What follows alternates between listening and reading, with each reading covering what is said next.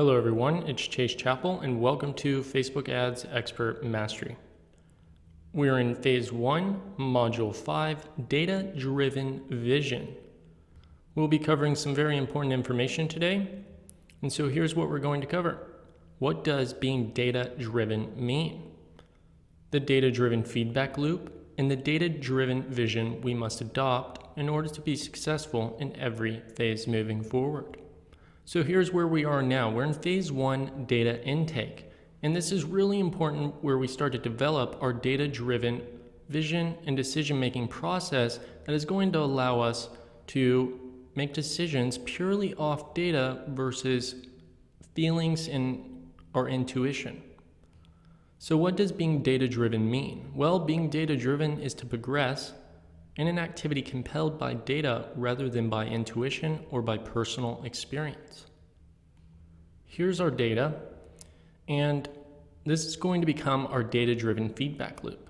So we have data. That's going to be our analytics, any numbers basically in our Facebook Business Manager ad account. We then have our insights, which is going to be what we gather from the data and what decisions we end up coming to, and the action we take on the insights from the data that we learned. And once we take that action, we're then going to get more data, and this process repeats itself. It's a feedback loop. And so we get data, we then analyze it and gather insights, we take action, and we continue this process every single time moving forward. Anytime we want to make a change to an ad, anytime we want to launch a new audience, anytime we want to scale, downscale, anything we want to do, we analyze the numbers and see what they're saying. So how do you gain that data-driven vision, and how do you make those decisions, and how can we adopt a data-driven vision when managing Facebook ads? Well, we can start with filters. Filters give us transparent vision into the true data values of our current results. Filters give us vision into future results. Filters give us the ability to make data-driven decisions that progress us toward our conversion goals. So let's look at an example here. This is a clip that was taken from one of our weekly Q&A calls with one of our students in the program. And this highlights very clearly our data-driven vision and decision-making process. And what you're going to see in this clip is a list of filters and processes that we go through in order to arrive at a decision from the data. And it's going to allow us to make better decisions to get better results. And in this case, our student is wanting to get leads. And, when you lower your average cost per result per lead, you increase the amount of leads you get if you keep the budget constant. So I want you to pay attention to the cost per lead, cost per result throughout this entire clip. It's important to pay attention to this number because let's say, for example, the daily spend is at $100 and it's never going to change. We'll keep it there. And let's say that the average cost per lead is $10. So that means we're going to get exactly 10 leads. Now, if we end up cutting our cost in half and it goes down to a cost per lead of $5, we're going to double our lead count because our budget remained the same. So that's exactly what we're going to cover in this video, and you're going to see how we make those data-driven decisions. So right when we start the clip, you're going to notice there's 4 ad accounts. We have our view content, we have our page view, we have our lead audience, and we have our control audience. These are 4 audiences. And in order to get our cost per lead average, we have to take our total amount spent and divide that by the total amount of leads we have. And you'll arrive at this average cost per lead. And what you'll notice is there's averages on each of these ad set audiences. This one's at 20, this one's at 8, this one's at 8, and this one's at 10. And if you take the averages of these, you're going to arrive to your overall average. So let's look at this clip.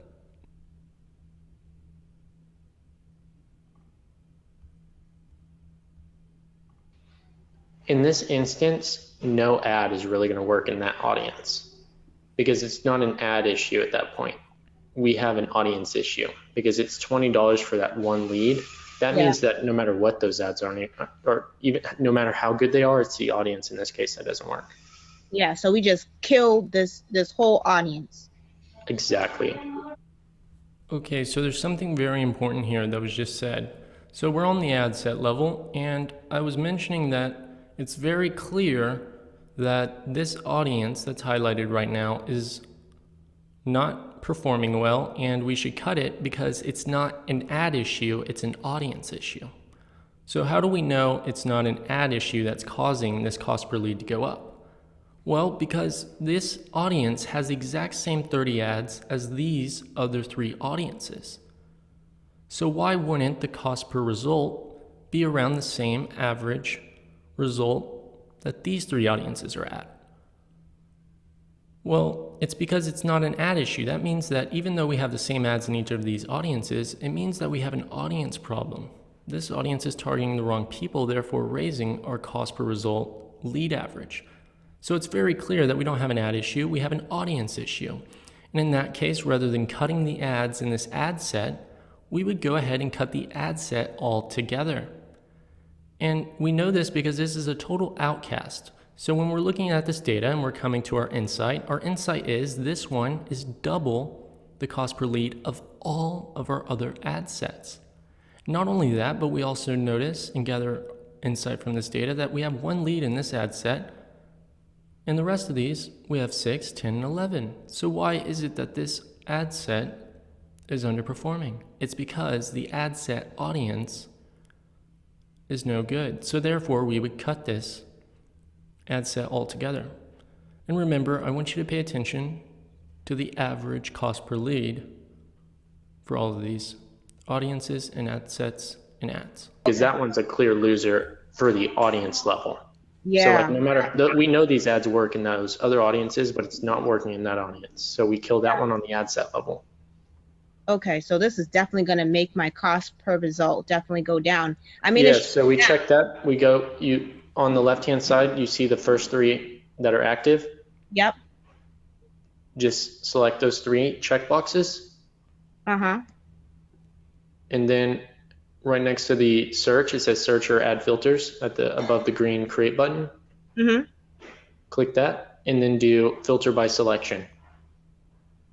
Okay. Did you see that? What just happened there was we filtered by the ad sets that are only active now. So what you have noticed, we turned off that view content ad set because it had the $20 cost per lead. And you can see it here. It's inactive. And once we applied those filters, it went down to $9.35. So that is our accurate. This is accurate. This is real time. This is what it would be moving forward.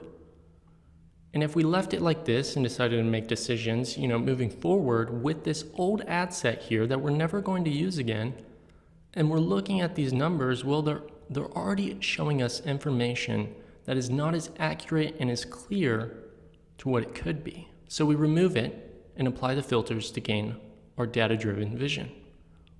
Let's look at another instance. To be. Okay, that's good to know. And once we kill some of these ads, it's going to make the cost per results go lower, correct?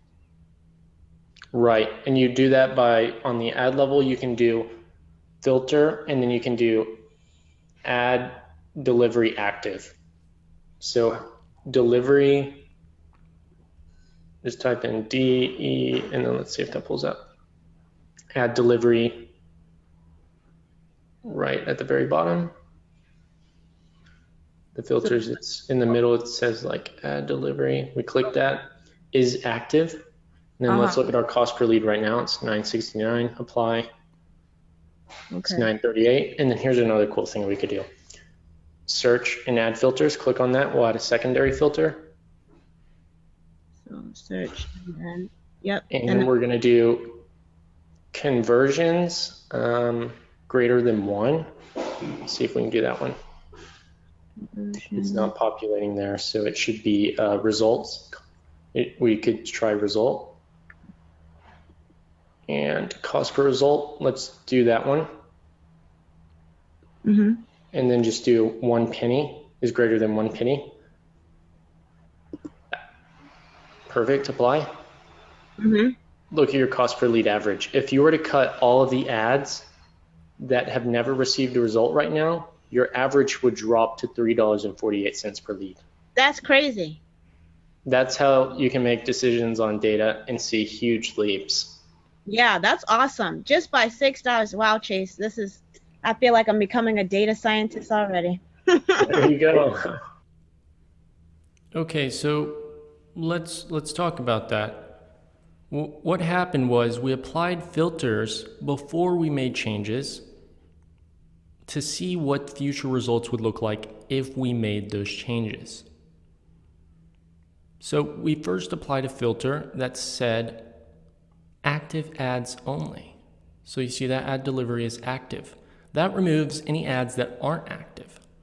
So if we only apply one filter that says ad delivery is active, that is going to show us our actual cost per result in the current moment and what we can expect moving forward on average. That's as real as it's going to get, and that's our true value. And we can make good insights off of that and make decisions to scale or downscale. Now, if we wanted to look into the future of what our cost per lead could be based off some changes we make to our ads by turning them off, we could see what the average cost per lead would be and decide whether or not we want to make a data-driven decision on that. So let's look at that. So we then apply the filter that is results greater than 1 penny. And what that does is it eliminates all of the ads that don't have any results yet. That means they could have $5 spent on them, have no results. It just means we don't have any leads on those ads. And so if we apply a filter to only show us the ads that have results on them, we can then see that our cost per lead drops down to $3.48.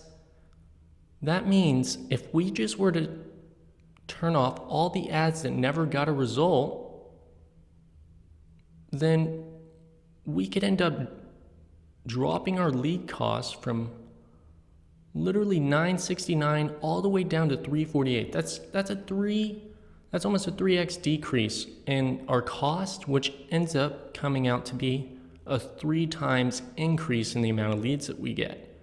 So we could go from getting 10 leads from that $100 budget to getting 30 leads from the same $100 budget just by removing the ads that never got any results.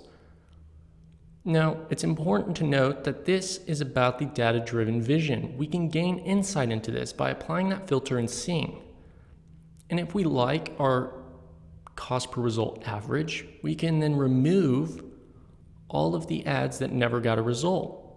And that allows us to make a decision based off data, and we already know what the average outcome is going to be moving forward, which prevents any irrational decisions or poor decisions to be made on our audiences and ads, because we're able to make decisions based off what we know is going to happen.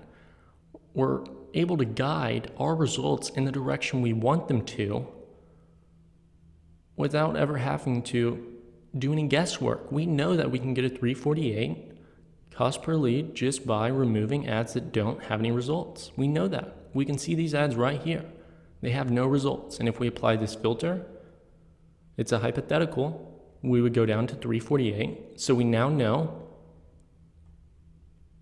let's just go ahead and turn all these ads off because they have no results. And we'll only focus on the ads that have results. And we'll start getting a $3.48 cost per result average. Now, when you turn all of these things off and you remove these filters, your average is going to show you this number even when you turn off these ads that have the cost per result and no leads.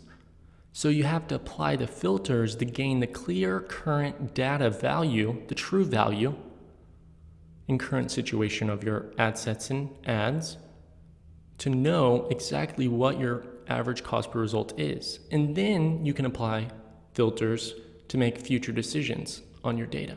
And that is how you get your data-driven vision, and decision-making process down. So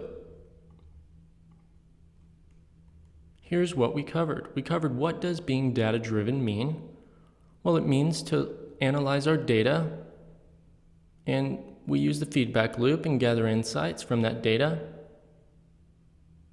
and take action on the insights that we gathered from the data. We don't make any decisions based off feeling or intuition.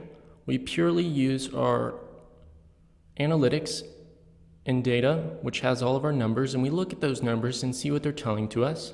Once we do that, we can apply our data-driven vision decision-making process and start making decisions on that data by applying filters and seeing what outcomes would look like, and then decide whether or not we want those outcomes, and then we'd take action on them.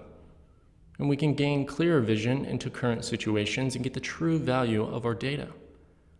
And that's really valuable in every phase. There's really not an instance where this foundational viewpoint of how to make data-driven decision-making doesn't come in play. Every phase will end up using this. Now, there's more ways we can become more data-driven, and we'll cover those in further phases down the line, but this right here is going to be used in every single phase. So it's important that we understand this data-driven vision and decision-making process. So I hope you enjoyed this module, and I will see you on the next one.